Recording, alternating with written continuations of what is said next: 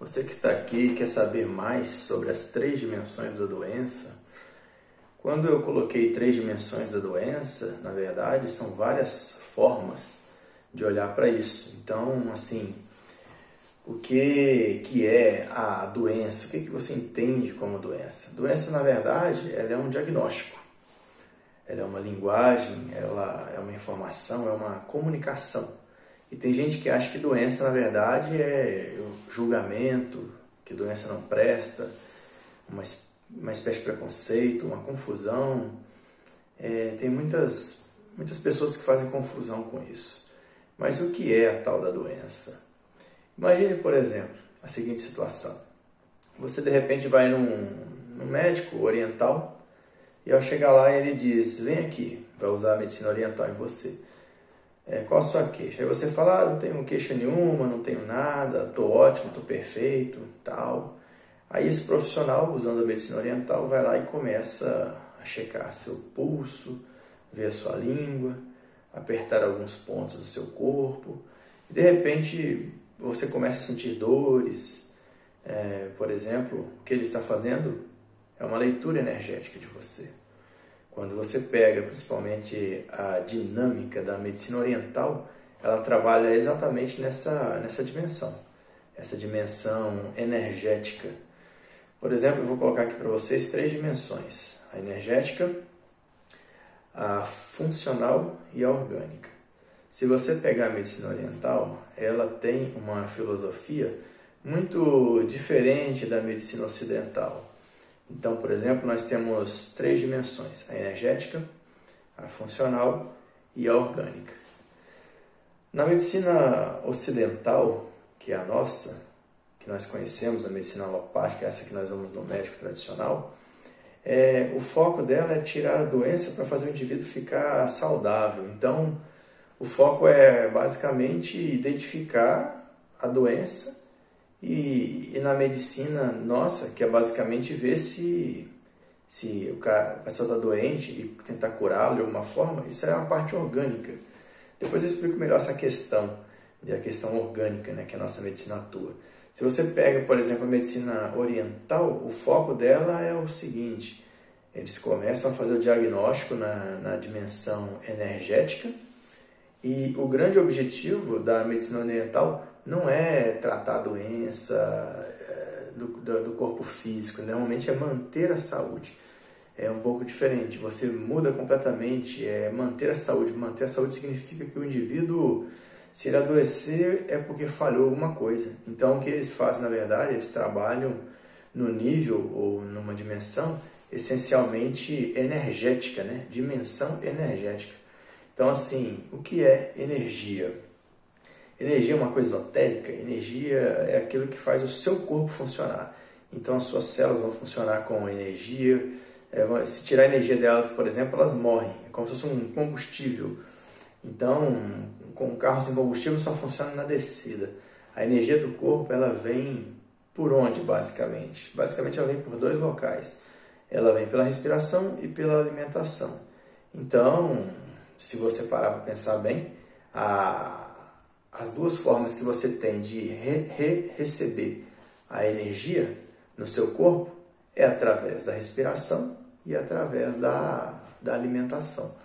Os hindus, por exemplo, tem hindus que falam que não comem há anos e décadas, vivendo apenas o prana, que é uma espécie de respiração energética.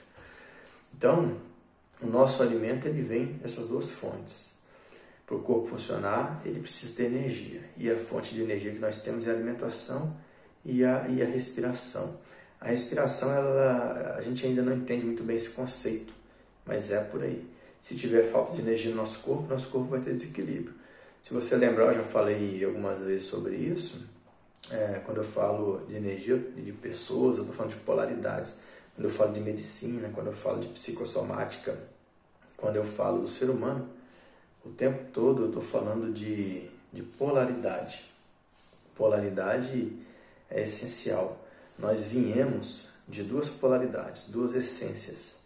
Essências do masculino e a essência do feminino. As 2 polaridades, elas se unem para formar um novo, que é o ovo o novo, que é o ovo, as duas interagem e formam um novo. Esse ovo, ele já tem dentro dele uma quantidade de energia suficiente para ele crescer, multiplicar, até chegar no útero. Chegando lá no útero, lá vem o ovo, por exemplo, e que está se multiplicando, aí ele vem no estado de mórula, e aí ele vem no estado de blástula, e aí ele vem navegando pela trompa uterina até chegar dentro do útero. E ali ele aterriza como se fosse um solo lunar, aterriza aqui, nesse solo do endométrio, que é essa camada que tem dentro do útero, cheia de sangue e de energia, para abastecer esse blastocisto que chega aqui. Aí ele entra nessa camada endodérmica, e acolhe ele, envolve ele, e ele começa a se alimentar. Alimentar de quê? Alimentar é levar energia. A energia materna agora ela é transferida para essa mórula, que são várias células agora, não são mais apenas uma. E aí chegou lá, tem esse processo de nidação, que quer dizer ninho, em outras palavras, né? Então aí começa um interagir com o outro, e aí que vai começar a formação da placenta. Então, aquilo que formando a placenta, conforme esse ser começa a crescer e cada vez tendo uma demanda maior de energia, vai formando a placenta para que de alguma forma ocorra ali as trocas necessárias de nutrientes para que seja alimentado entre a mãe e então esse ovo, né? Então já tem uma energia básica ali naquele ovo para chegar até na blástula. Quando chega, vai para o útero, né? Ali tem uma transferência de energia da mãe através do útero para essa criança. Então essa energia, de novo, ela pode vir em excesso, pode vir em falta, pode vir em equilíbrio, vai depender. Então a quantidade de energia que vem aqui, então nessa hora, né, que nasce, o que acontece? Sai de dentro do útero, e a hora que sai de dentro do útero, a criança ela já ganha a capacidade de respirar. Ela vai respirar sozinha. Antes, dentro do útero, ela respirava e se alimentava através das trocas que existiam ali pelo cordão umbilical, pela placenta de oxigênio e alimento. Então, a hora que a criança nasce, ela começa a se conectar com o mundo aqui fora. Corta o cordão umbilical e ela cria um novo cordão com o universo. Então, agora ela está ligada à atmosfera, ao mundo aqui. Então, ela consegue agora trazer essa respiração, e aí a criança já vai puxando essa parte da energia para ela, para o corpo dela. No começo, a criança precisa, por exemplo, de amamentação materna. Então, essa energia ela vem do peito materno até chegar uma hora que essa criança ela começa a crescer um pouco mais e começa a se alimentar de alimentos do mundo aqui fora. Então, o que vai acontecer?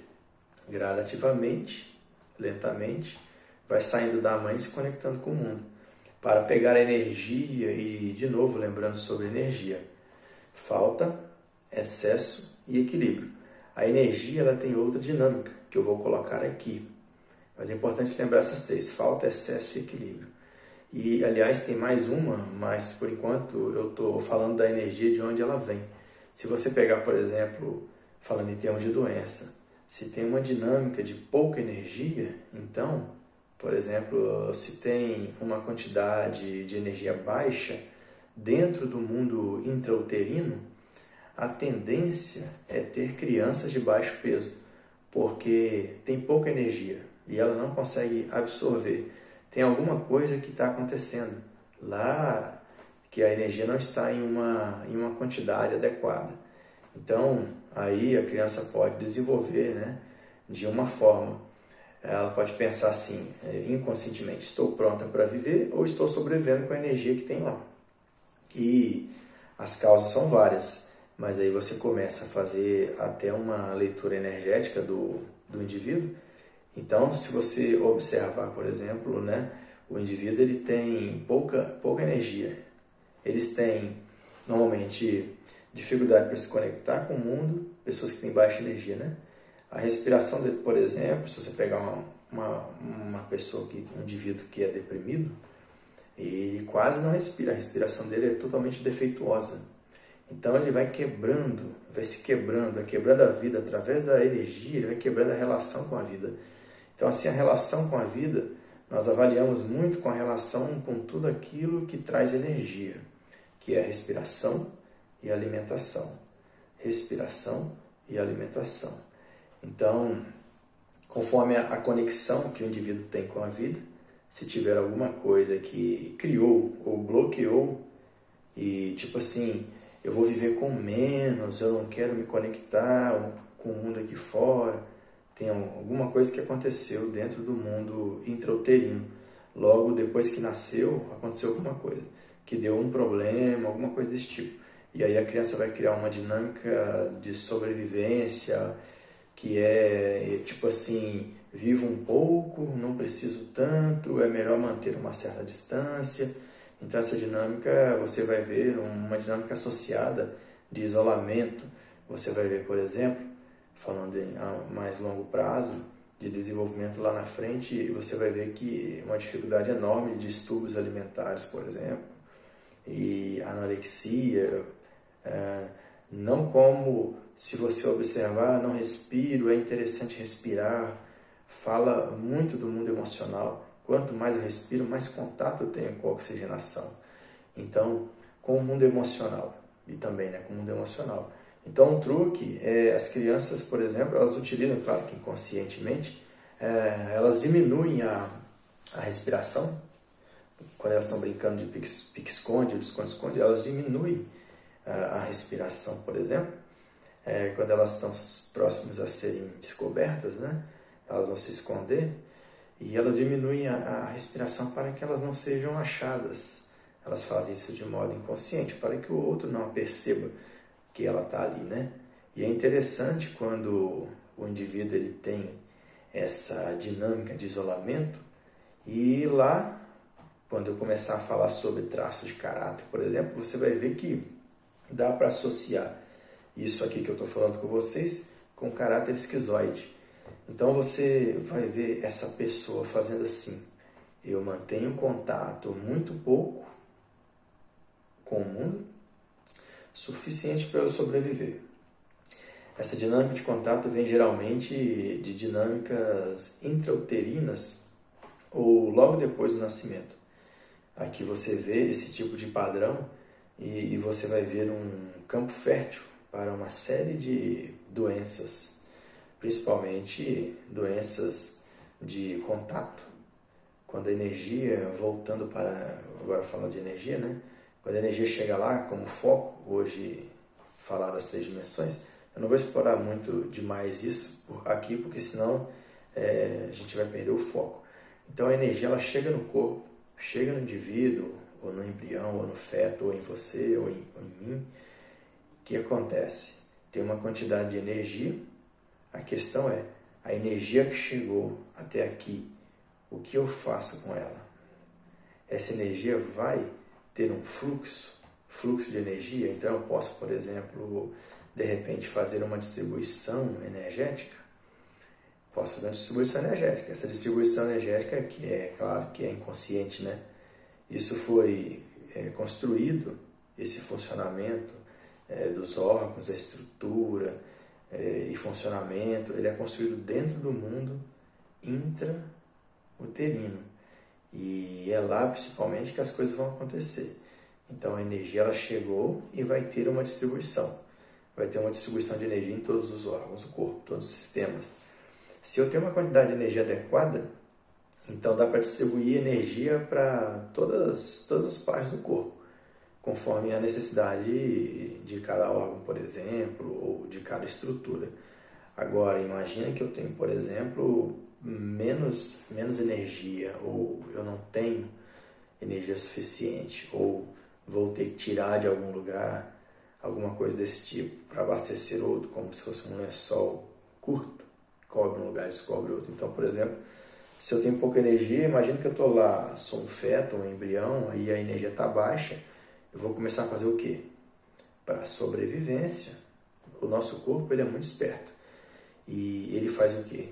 Ele vai priorizar aquelas estruturas que são mais vulneráveis. Então, quais seriam as estruturas que são mais vulneráveis? Por exemplo, estruturas que não podem ficar, por exemplo, sem oxigênio. Então, o que vai acontecer?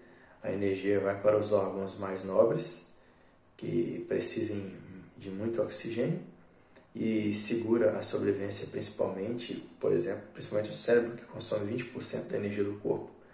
Então, o cérebro precisa funcionar. Ele é um órgão nobre. Então, existe um processo de centralização que a gente observa muito quando os clientes, por exemplo, nas UTIs, estão lá com choque ou comas. Então, você observa o processo de centralização. A energia vital, a energia, ela vai para os órgãos principais, órgãos mais nobres que precisam de oxigênio. E o sangue, ele é o portador dessa energia. É o sangue que leva a energia. Se eu levar bastante sangue para minha mão, por exemplo, a minha mão vai ficar bem energizada, ela vai ficar quente, ela vai ficar cheia de energia. E se o sangue não vier, o que acontece? Se o sangue não vier, essa minha mão vai ficar fria, vai ter uma energia baixa. Então, quando eu falo energia, imagina o sangue levando alimento e oxigênio. A distribuição da energia é a distribuição do sangue, a distribuição sanguínea.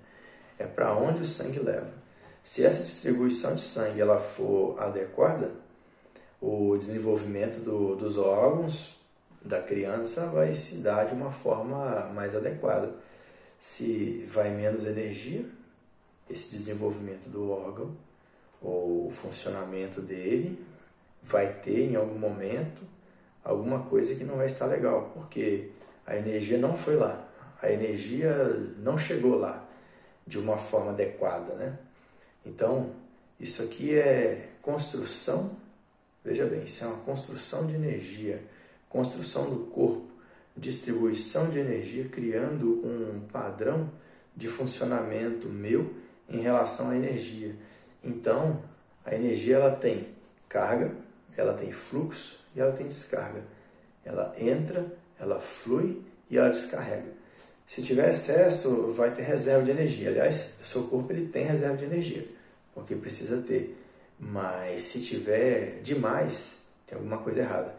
Então a energia, ela tem lá a carga de entrada da energia, tem o fluxo da energia, tem a reserva dela, guardando energia em algum lugar, e tem a descarga que vai ter. Vou colocar assim, descarga de energia. Todos nós precisamos ter carga e descarga. Veja bem essa questão. Cada fluxo, cada órgão, cada estrutura, ela tem dinâmicas acontecendo. Então, por exemplo, eu posso ter uma descarga. Se a energia vai para a cabeça, começo a pensar demais, por exemplo.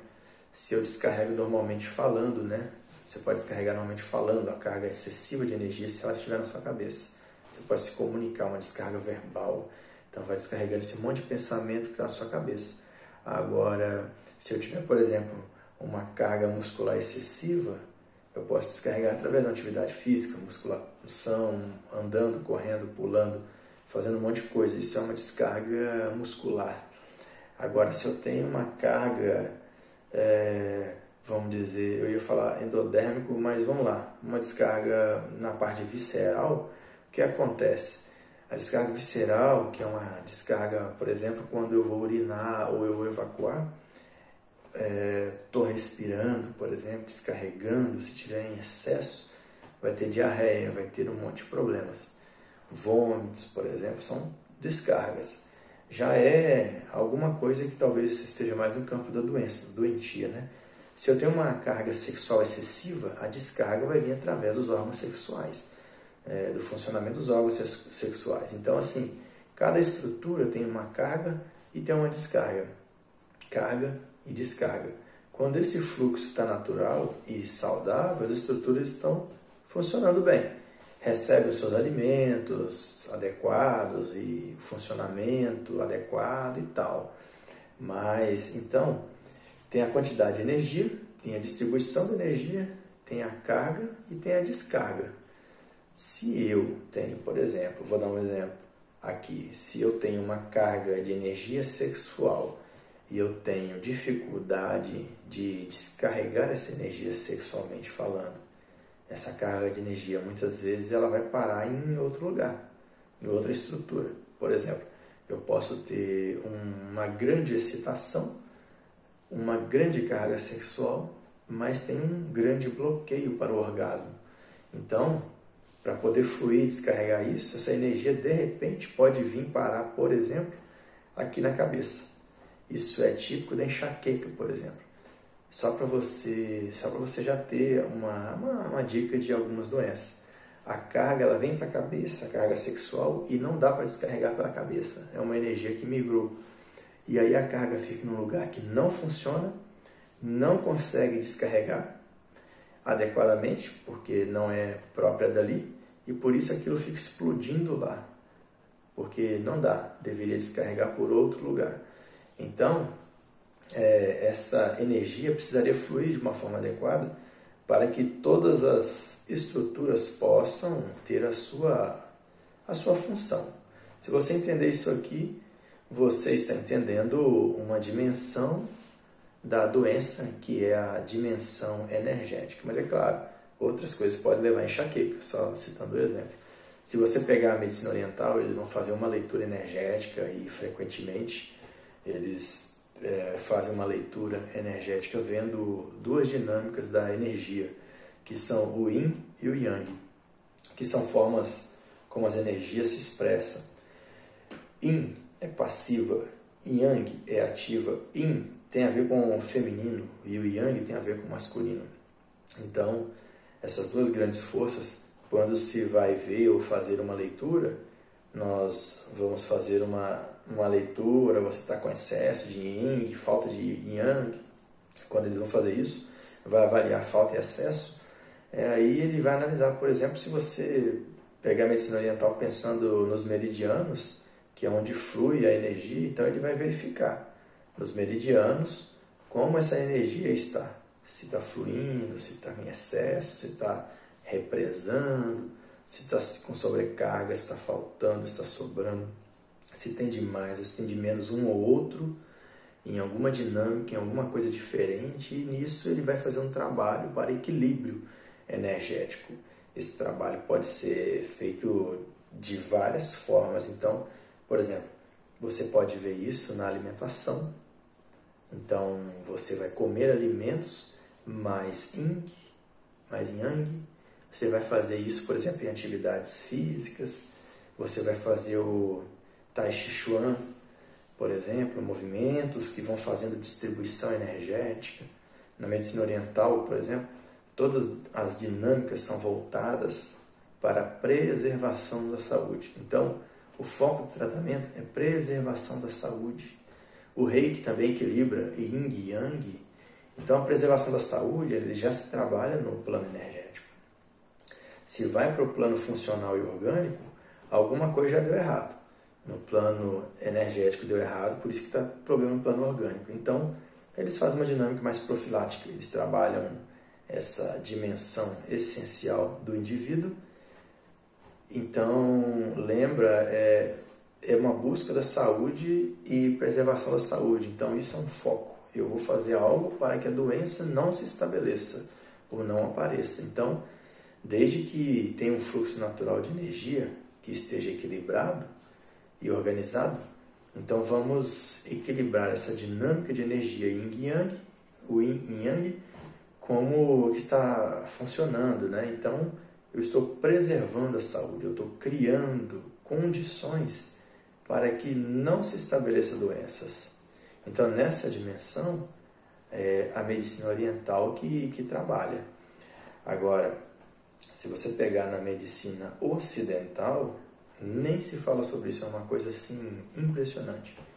Isso aqui nem se dá valor, não se sabe sobre isso. Por exemplo, se você pegar qual o médico que tem mais valor na medicina ocidental, que é a nossa medicina aqui, aí vão falar, o especialista daquela doença, disso, daquilo, aquele órgão específico daquela doença.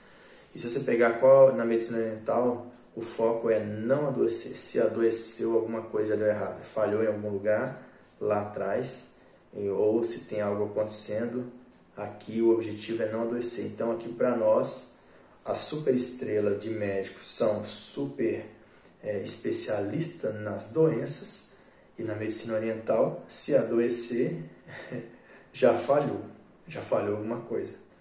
Então aconteceu lá atrás, o foco é de novo preservação da saúde, trabalhando o equilíbrio energético. Se começa a ter um desequilíbrio energético, você vai começar a apresentar o quê? Se você tem desequilíbrio energético, você às vezes não sente, a não ser que você seja sensitivo ou tenha assim, uma sensibilidade maior, né? Mas praticamente você não sente nada. Na vida está tudo ok, tudo certo, você fala, eu não preciso de reiki, não preciso de acupuntura. Aí você passa lá no médico oriental para fazer uma acupuntura, o médico, vamos fazer. Aí o médico passa, vamos fazer uma alimentação, vamos fazer isso, vamos fazer um yoga, vamos fazer isso.